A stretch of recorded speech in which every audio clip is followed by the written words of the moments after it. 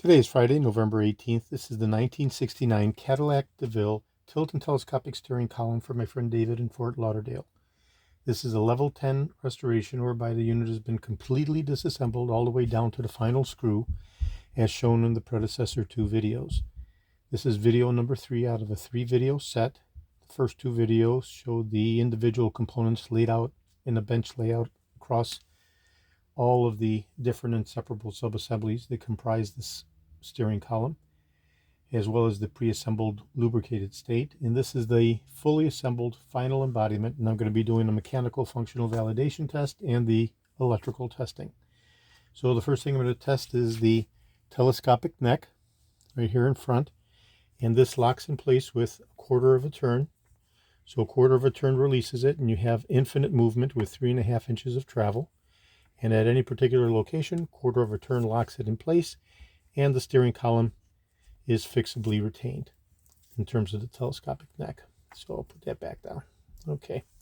The next thing is we have tilt as well as telescopic. We have tilt, which is facilitated by the half-round spherical balls, and we have the polished collar, which is indicative of an Eldorado George restoration. And right now we're in the full up position. We have 5 degrees of freedom, or 5 different positions. And I'll go ahead and apply pressure and bring it back to neutral. That's the neutral position. Partial up, full up, full down, and partial down, and we'll go back to neutral.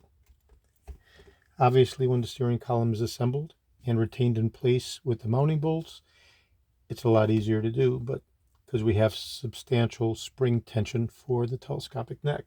So in this loose bench position, it's a little bit difficult to facilitate the tilting. So we've tested the mechanicals. Now I'm going to go ahead and test the ignition, and we can line up the red line. I've gone ahead and I've changed the keylock cylinder because David's old cylinder, which is right here, okay, is faulty and does not support the buzzer switch. So there's an electrical buzzer switch that makes a buzzing sound. That's why it's called a buzzer switch. And that is a reminder for when the key is in the ignition, so that you don't lock yourself out of the car. General Motors facilitated a buzzer switch inside the assembly that engages the keylock cylinder. And so I'll be showing that with the light bulb sequencing here as soon as we do the electricals in a minute. But in David's original aftermarket, I should say, not original, but in the keylock cylinder that he sent to me, there is no support for the buzzer switch. And so I've gone ahead and changed the keylock cylinder with a General Motors keylock cylinder. And that's indicative of the red line. Okay, so we'll go ahead and turn it, and we can test the recoiling action.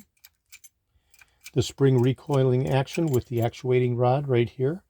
You can see the actuating rod move linearly as I do the recoiling action that starts the car in the ignition switch. Back locks it in place. You pull out the key. If you leave the key in, the buzzer switch will be alarmed, which will be indicative of this light bulb turning on when I do that part of the testing. Okay, so we've tested the infinite movement of the telescopic neck. We've tested the 5 degrees of freedom, or 5 positions of the tilting feature. And now we'll go ahead and do the electrical test. I've gone ahead and connected my power to the power feed. And I'll go ahead and push the signal down. Okay, turn signal down, which is indicative of a left-hand turn. And I'll go ahead and touch the left-hand wires, and we'll be looking for the light bulb here to come on. Left front, left rear, left front, left rear. When I touch the other contacts, such as over in this position here, nothing occurs. Okay, only left rear and left front. If I touch the right does not come on because we're in left-hand mode. This is right front. If I touch right rear, nothing happens because we're in left-hand mode. If I touch left rear, the light bulb comes on. If I touch left front, the light bulb comes on. So that's the left-hand turn. So I'll go ahead and rotate the spline.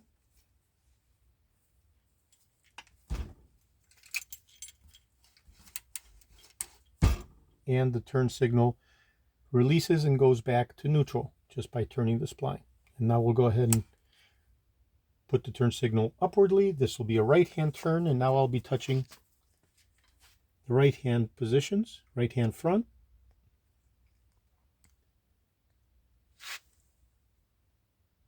right-hand rear, right-hand front, right-hand rear. And if I touch the left, nothing happens because we're in right-hand mode. So right-hand front, right-hand rear. Okay.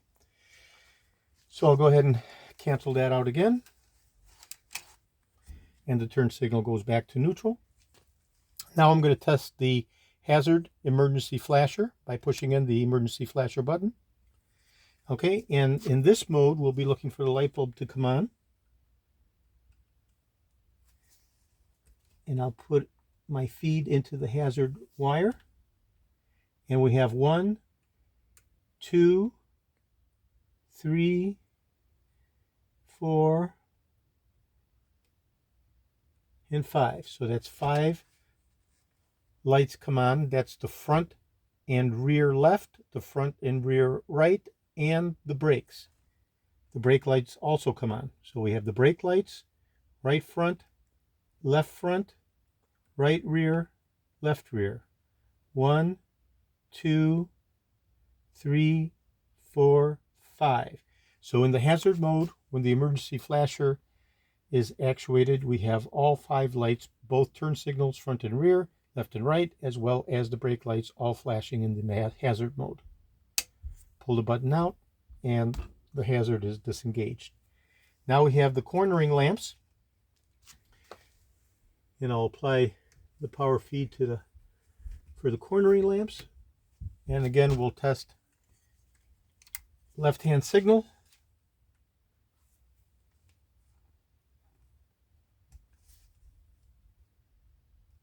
The light bulb comes on. And I'll go ahead and switch it to right hand. Apply power to the feed. And the right-hand cornering lamp comes on. Whereas the left will not, because we're in right-hand mode. So that's the right-hand cornering lamp at the bottom of the front fenders.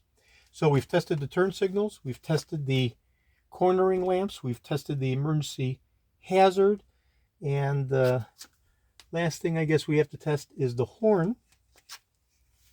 So I'll go ahead and find that horn's cable, which is right here, the horn wire, and we'll move right here in front and touch the contacts in the very front, if you can see the contacts right here.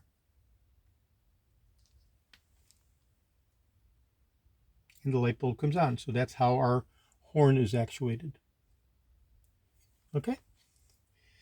So the very last thing that I want to test is the buzzer switch.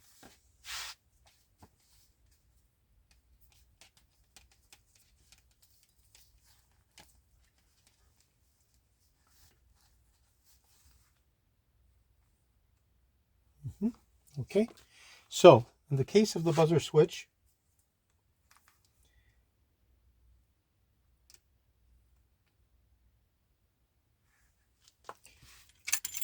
the light bulb comes on when we are in the locking mode and have left the key in place. Pull the key out and the light bulb comes off. Put the key in and the light bulb comes on, and now our buzzer will be activating. If you go to initiate the ignition, obviously the buzzer shuts off and you start the car with the recoiling action.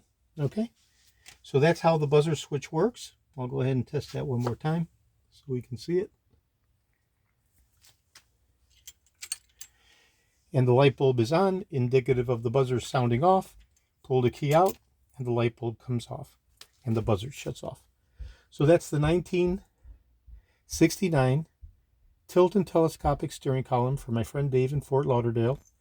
This will be shipping out as soon as I get his okay to ship reply confirmation. This is George in Florida. I have over 75,000 original vintage parts from 1967 through 1970, over 375,000 1959 to 1976 Cadillac items overall, all the way through 1978 for the Eldorado.